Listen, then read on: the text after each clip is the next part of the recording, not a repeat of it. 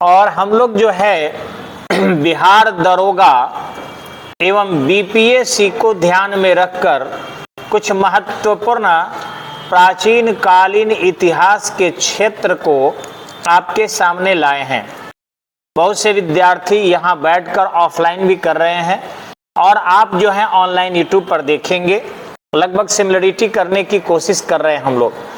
तो देखिए, मौर्य इतिहास जानने के स्रोत के अंतर्गत विलियम जोन्स ने 1793 में विलियम जोन्स ने 1793 में यह प्रमाणित किया कि जो सेंड्रोकोटस है वो चंद्रगुप्त मौर्य ही है। सेंड्रोकोटस जो है वो चंद्रगुप्त मौर्य ही है।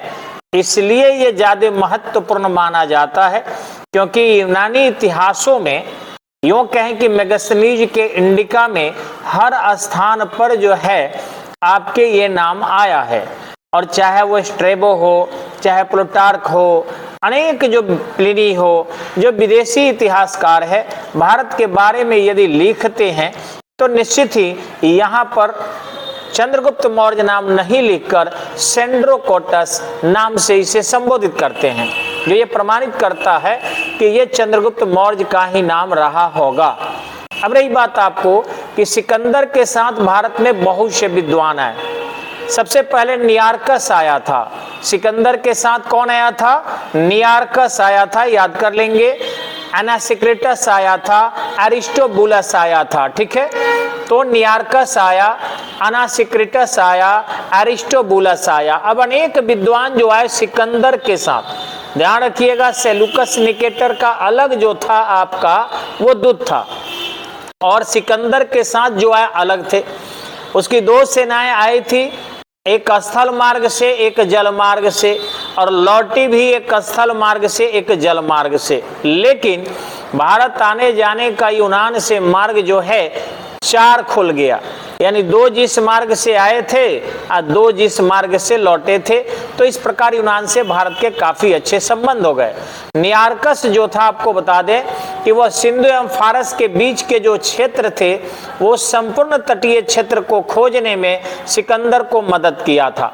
अनासिक्रिटस शुरुआत में नियार्कस के साथ था, लेकिन बाद में वो भारतीय शिक्षा पद्धति के बारे में अध्ययन जानकारी प्राप्त किया। यानी अनासिक्रिटस वह नियार्कस के साथ था, लेकिन भारत में जो शिक्षा कैसी थी इसके बारे में जानकारी दिया।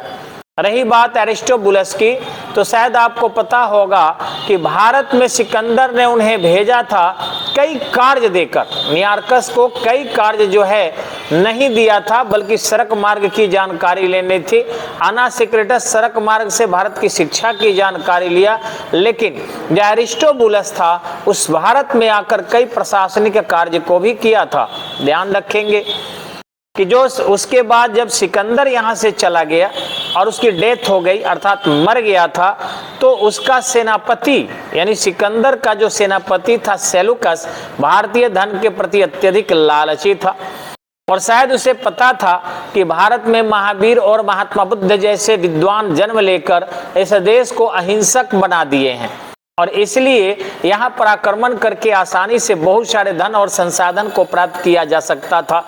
लेकिन उसे अफसोस हाथ लगी क्योंकि चाणक्य जैसा गुरु जो है जन्म ले चुका था और उस चाणक्य ने चंद्रगुप्त मौर्य को जन्म भी दे दिया था।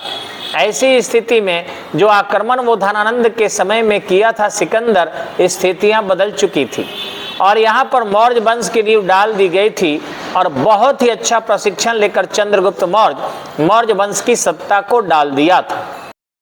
अब जैसे ही सेलुकस निकेटर भारत के पश्चिमी मार्ग से होकर भारत में आक्रमण किया, तुरंत ही सोचिए, आज इंफॉर्मेशन टेक्नोलॉजी के युग में सूचना उतनी जल्दी नहीं आ रही है। कारगिल में हमें सूचना 1 माह बाद मिली थी, लेकिन उस समय इतनी तेज सूचना मिली कि हमारी पाटलिपुत्र से सेना सीधे पहुंच गई कंधार क्षेत्र में। सेलुकस पराजित हुआ और वापस लौटने के लिए बाध्य हुआ। न केवल सतही तौर पर वह बाध्य हुआ, बल्कि अपनी पुत्री हेलेना का हाथ भी चंद्रगुप्त मौर्य को सौंप दिया, आपको पता होगा। तो इस तरीके से वह अपने एक दूत को भारत भेजा था जिसका नाम मेगस्थनीज था। मेगास्थनीज लंबे समय तक भारत में रहा, लेकिन भारत में रहने के दौरान उन्होंने इंडिका नामक पुस्तक लिखी, और वह इंडिका जो है आपको मूल रूप से अवेलेबल तो नहीं है। उनके बहुत सारे शिष्यों ने, अनुयायियों ने इंडिका का नाम उदाहरण के रूप में लिख लिख कर प्रस्तुत जरूर किया है, लेकिन आपको बता दें हम कि भारत के बारे में जो वो जानकारी दिया वो मेरे ही जैसे यूनानी चश्मे को लगा कर दिया था, यानी कई जगह पर उसके मूल्यांकन सही नहीं रहे। जैसे वह कहता है कि भारत में दास नहीं होते थे, जबकि दास थे। वो कहता है भारतीय मांसाहारी कम थे, भारतीय मांसाहारी थे।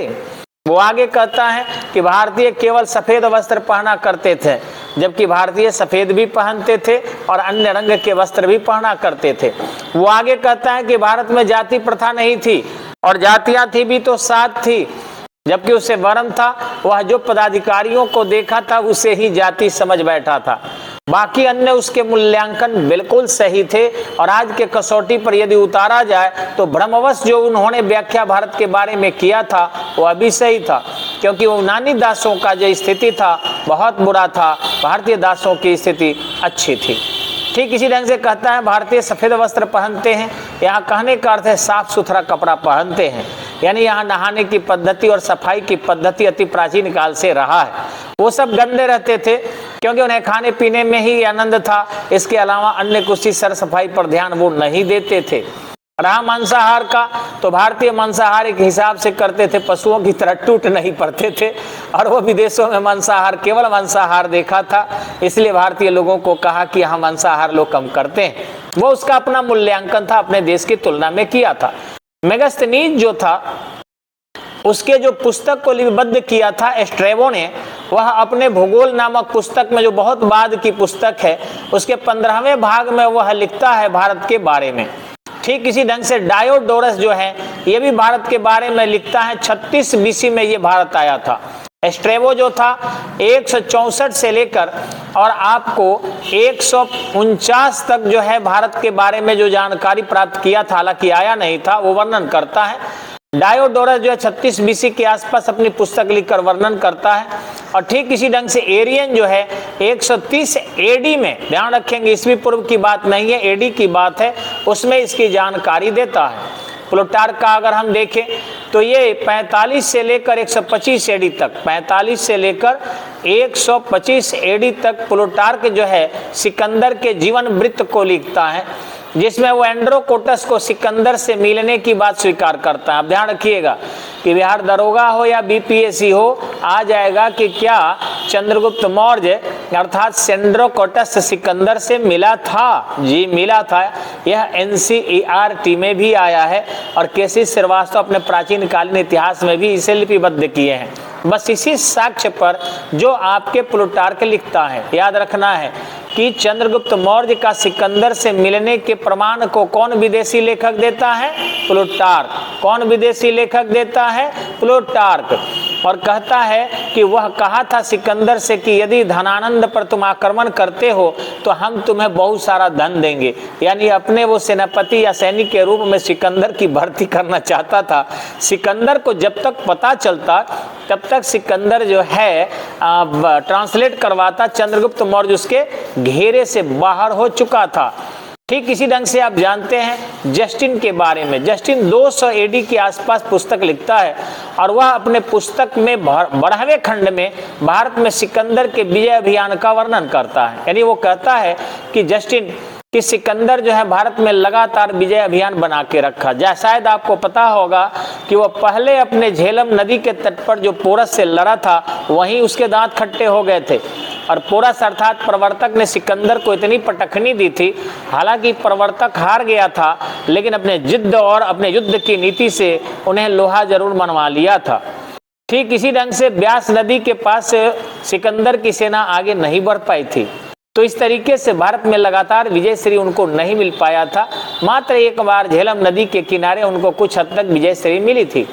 अब रहा बात आपको कि इंडिका जो पुस्तक है मूल तो नहीं मिला है, लेकिन उदाहरण के रूप में जो उनके लिपिबद्ध किए गए हैं उसमें मौर्य केंद्रीय राजधानी के प्रशासन के बारे में मेगास्थनीज ने चर्चा किया। क्या किया है? वो कहता है कि 30 सदस्यों का एक बोर्ड बना था और उसमें 6 समितियां थी। तो 5-5 सदस्यों की एक एक समिति थी और 6 समिति के माध्यम से पूरा मौर्य प्रशासन को संचालित किया जाता था। राजा के बारे में कहता है मेगस्थनीज, वह स्त्री अंगरक्षिकाओं से घिरा रहता था। ये बिल्कुल सही है, क्योंकि 20 कन्याएं जो थी उस समय बहुत ज्यादा थी। राजा सदैव डरा रहता था कि कहीं राजन का वो अंत न कर दे। ऐसी स्थिति में स्त्रियां उनको चारों तरफ से घेरी रहती थी और शायद विश्व का पहला शासक था जिसके अंगरक्षिकाओं में महिलाओं को नियुक्त किया गया था।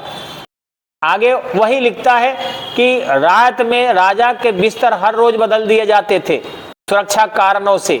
जो 6 समितियों के माध्यम से 30 लोगों की बोर्ड थी, उसमें वो कहता है कि अलग अलग बोर्ड का अलग अलग काम था। समाज को जो 7 जातियों में बांटता है वो उसमें दार्शनिक जाति कहता है, यानी ब्राह्मणों को देखा तो कहा ये दार्शनिक जाति है। वो कृषक की जाति कहता है, यानी जो खेती वगैरह करते हैं, कहता है ये जाति है। ठीक इसी ढंग से शिकारी जाति के रूप में वर्णन करता है, योद्धा जाति के रूप में वर्णन करता है, और गुप्तचर के बारे में कहता है जाति है, मंत्री के बारे में कहता है जाति है। अब आप सोचिए क्या आज के युग में ये जाति है? नहीं, पाटलिपुत्र रहा इसलिए उससे भ्रम हो गया कि नहीं ये सारी की सारी जाति है। आगे वो कहता है कि बहु विवाह के प्रचलन थे, यानी एक पुरुष एक से अधिक महिलाओं से विवाह करते थे। सती प्रथा का उल्लेख की चर्चा वो नहीं करता है। हालांकि आपको शायद पता होगा कि यदि पुस्तक देखिए आप महाभारत की, तो उसमें जो है पांडव की दूसरी पत्नी जिसका नाम था मांडवी, तो मांडवी के सती होने का उल्लेख मिलता है। और मांडवी कहती है कुंती से कि हे दीदी, आप रहिएगा तो शायद सभी बच्चों के देख रेख ईमानदारी से कर लीजिएगा, और इसलिए आप रहिए, आपके जो है 2 बेटे मेरे और 3 बेटे आपको, 5 को संभालने में कठिनाई नहीं होगी।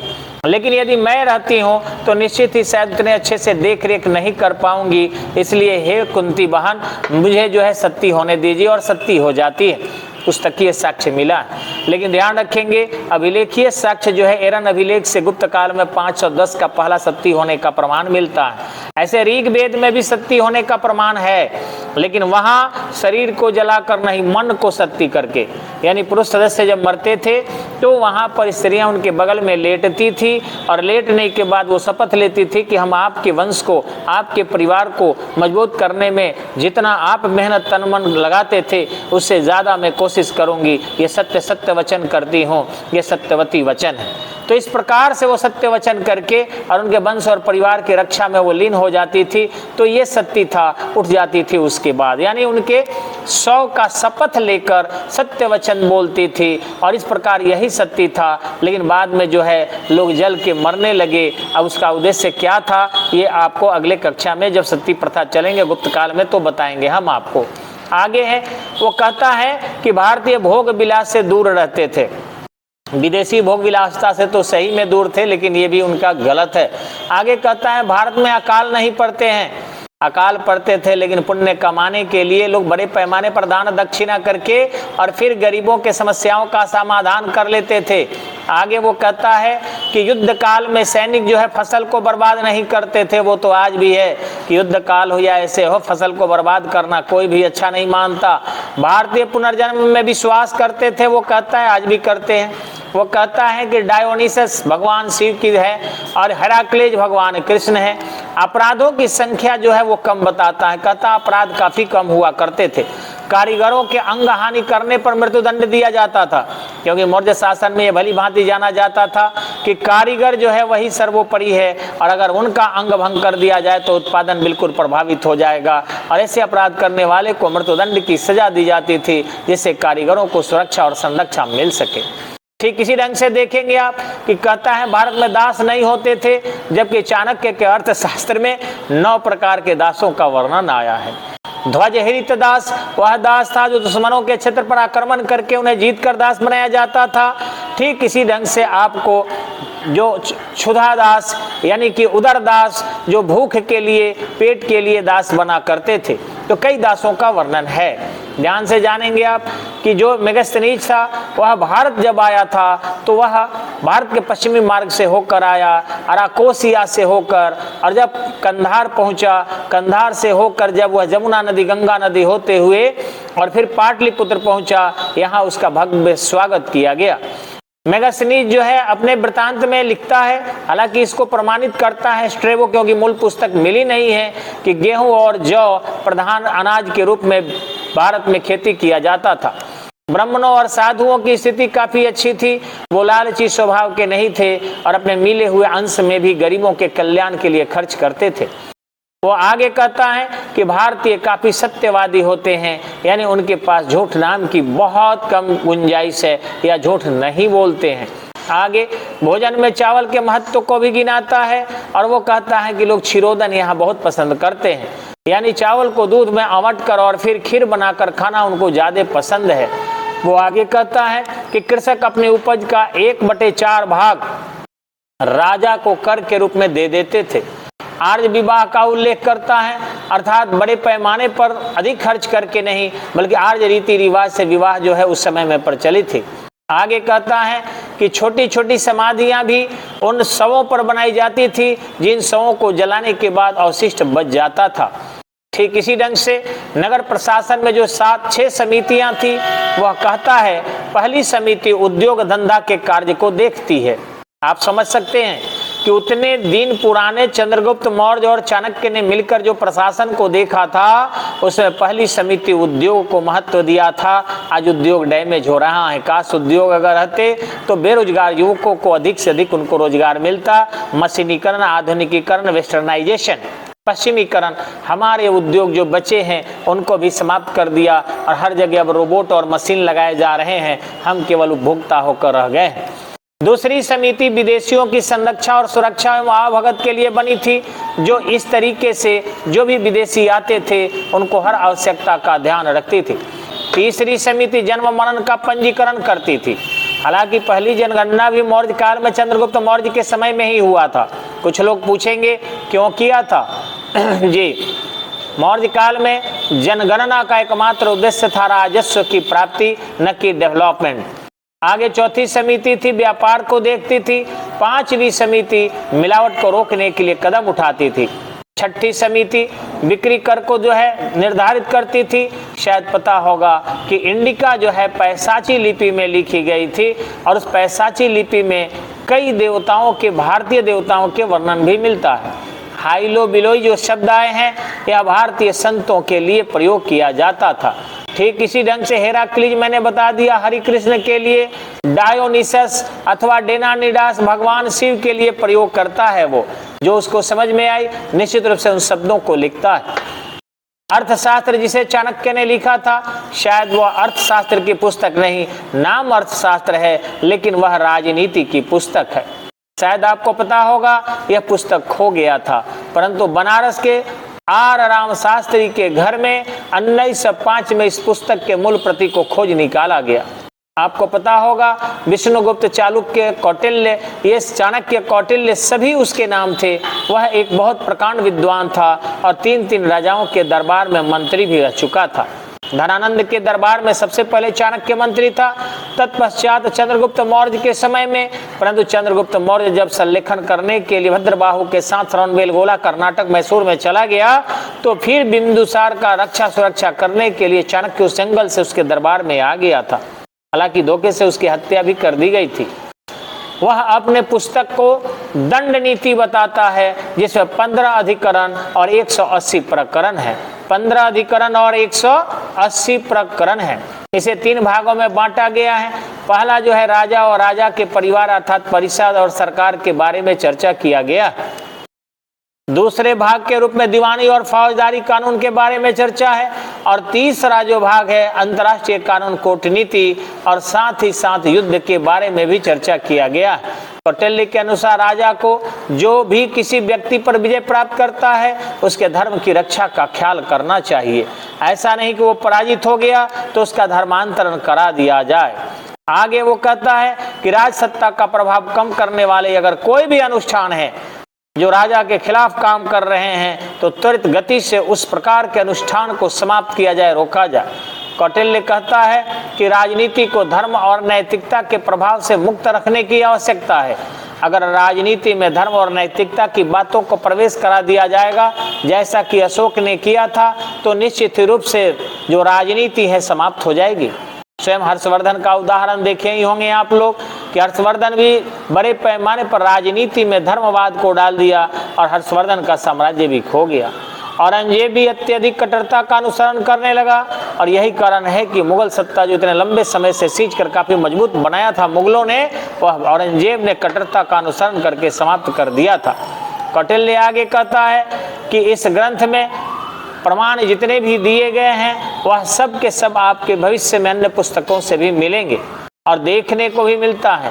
अशोक के अभिलेख यदि देखिए, जो चंद्रगुप्त मौर्य का पोता था, उनके अभिलेखों में जो वर्णन है वही आपके चंद्रगुप्त मौर्य के समय में जो अर्थशास्त्र लिखा गया था उसमें भी सुस्पष्टतः वर्णन है, जिससे स्पष्ट होता है कि वह अपने गुरु के प्रति बहुत आदर रखता था और उनके बातों को तर्क के आधार पर स्वीकार भी करता था। ठीक इसी ढंग से परिशिष्ट प्रमाण में अगर आप देखेंगे तो चालुक्य शासक जो है चेन्नई नामक द्वीप का वर्णन आया है। चेन्नई द्वीप जो है पाटलिपुत्र के किनारे था और ऐसा कुछ इतिहासकार मानते हैं कि उसका जन्म पाटलिपुत्र के चेन्नई नामक द्वीप पर ही हुआ था। जो भी है, लेकिन आज मंजूश्री मूल कल्प में चाणक्य को बिंदुसार का मंत्री भी बनाया गया है, यानी बताया गया है। अगर आपसे पूछ दे कि बिंदुसार का मंत्री भी चाणक्य था, किस पुस्तक में इसका वर्णन आया है, तो आर्य मंजूश्री मूल कल्प में आया है। बृहद कथा कोश में चाणक्य जैन हो गया था तथा नंद मिंत्र सुबंधु की जो हत्या करवा दी थी, ये सारे वर्णन वहां स्पष्टतः मिलते हैं। इस प्रकार हम अगले वीडियो में शेष जानकारी आपको देंगे, क्योंकि 20 मिनट तक आप लोग थक गए होंगे। नमस्कार।